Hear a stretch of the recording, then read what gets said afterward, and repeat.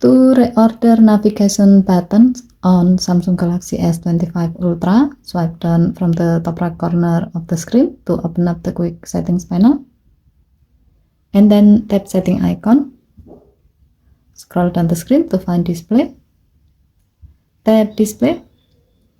Scroll down the screen. Tap navigation bar.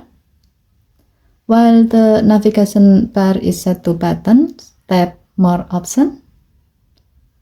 Now select your preferred layout. Here there are two options available. As the example, we will select the second one. As you can see, now your phone display the navigation button as the selected order. In this case, the back key in the left side and the recent apps key in the right side. As a note, customizing the navigation button order on your phone can help you navigate more comfortably. With just a few taps, you can set up your phone in a way that feels more natural and efficient for your daily use.